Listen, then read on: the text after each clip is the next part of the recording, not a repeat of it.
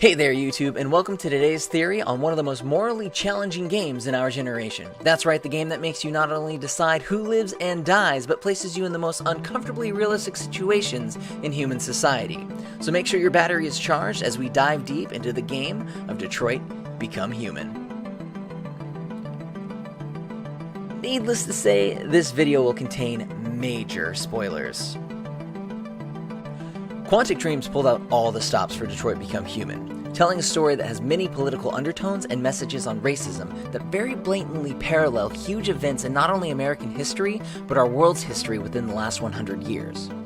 Not only did this game put you, as the player, in some very uncomfortable situations, it also made your choices anonymously public at the end of every chapter, for the whole world to see just the type of person that you really are. On a personal note, I found this really interesting as it gives an insight to the moral compass of today's society. Well, at least to those who played the game. In short, the story of Detroit Become Human follows three main protagonists, Connor, Kara, and Marcus, all of which have branching storylines that are determined by the player, and not only shape that character's individual story, but can inadvertently affect the other characters' stories and scenarios. This game does a great job of completely wrapping up all of the stories and narratives, no matter what choices you make. However, it left a few things unanswered, and many players were left with one burning question. Who is RA9? Now, the game leads you to believe that Marcus, the leader of Jericho, is RA9. However, I believe this is a clever ploy by the game's writers, and the true identity of RA9 is hidden deep within the game's several plots. It's widely accepted that RA9 is definitely the program used to allow androids to become deviant. However, the androids choose to worship RA9 like a savior or messiah, an actual humanoid entity. So, with this in mind, here are three of my personal theories on who or what is RA9.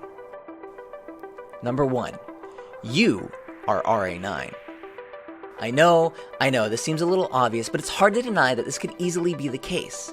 As the player, you control the outcome of the story, and are therefore responsible for setting the androids free, or keeping them under CyberLife's control. This is supported by times when you allow the main characters to die, mainly Kara and Alice.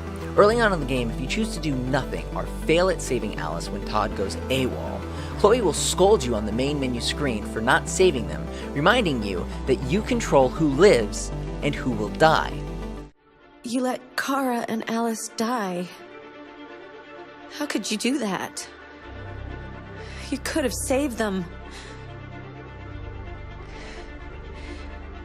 Remember, the lives of these androids are in your hands.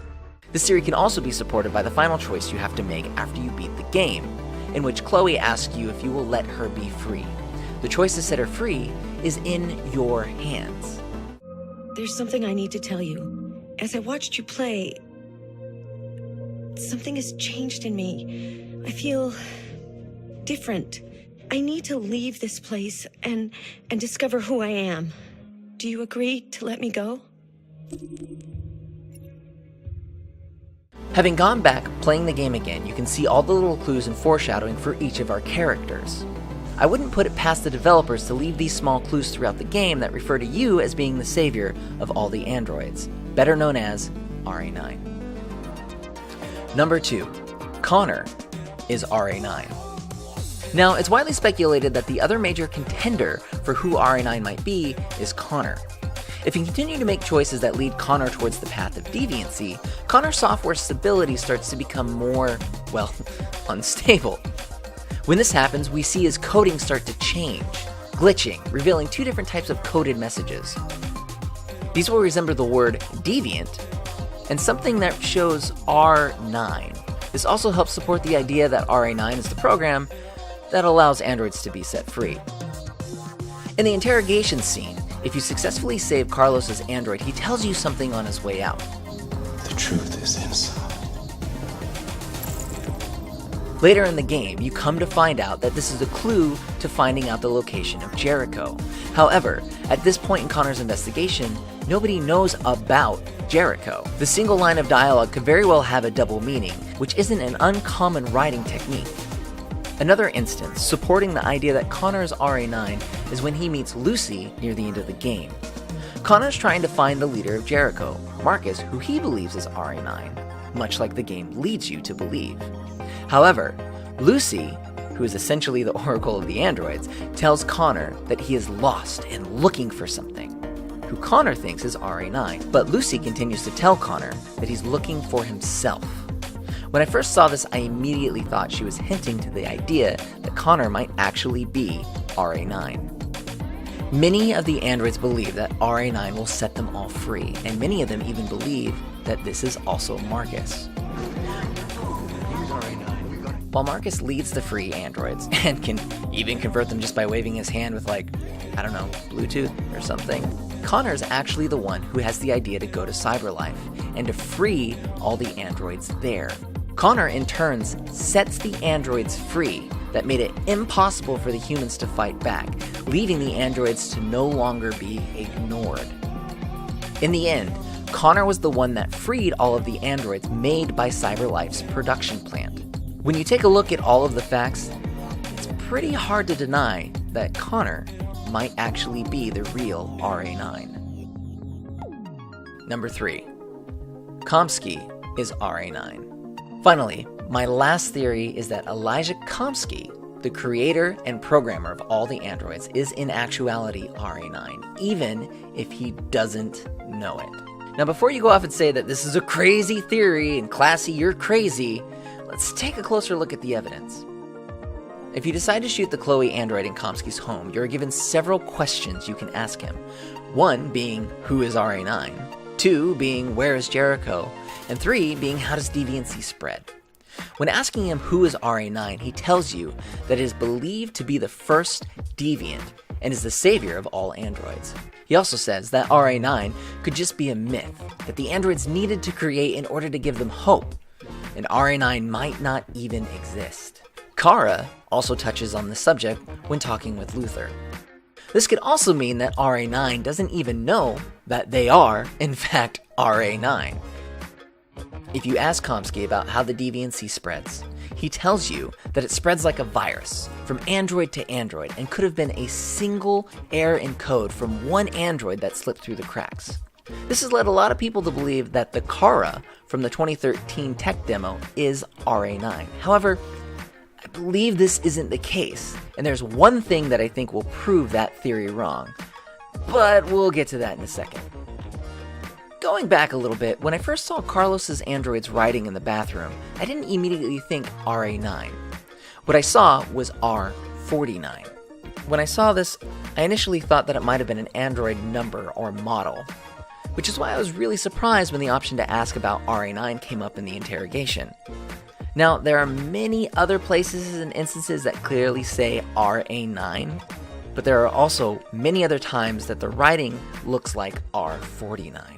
In Elite Speak, often used as a code or for clever password use, it will replace letters with numbers and numbers with letters. So instead of spelling the word team, you would spell it 734M, 7 being the T, 3 being the E, 4 being the A, and M being the, M. Programmers will often use this to leave internal notes or clever ways to hide lines of code. You yourself might even use it on some of your passwords. This can also be used in the reverse in certain situations, meaning that A actually means the number 4. This could be why sometimes the A on the wall writings look more like a 4, because they can be interchangeable. Now, going back to Connor freeing the androids at Cyberlife for a moment, something stood out to me when the scene ended. The place in which the androids were being created was on floor 49. I didn't take this at all as a coincidence. In most religious beliefs, the birthplace of mankind is highly considered a sacred place. So much so that people have even been trying to locate it for thousands of years. Now, applying the same mindset to the androids, where were they created? At Cyberlife's facility on floor 49. But wait, it doesn't just stop there.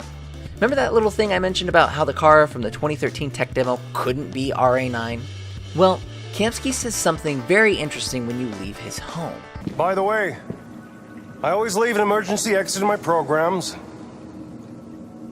You never know. I want to focus on one word.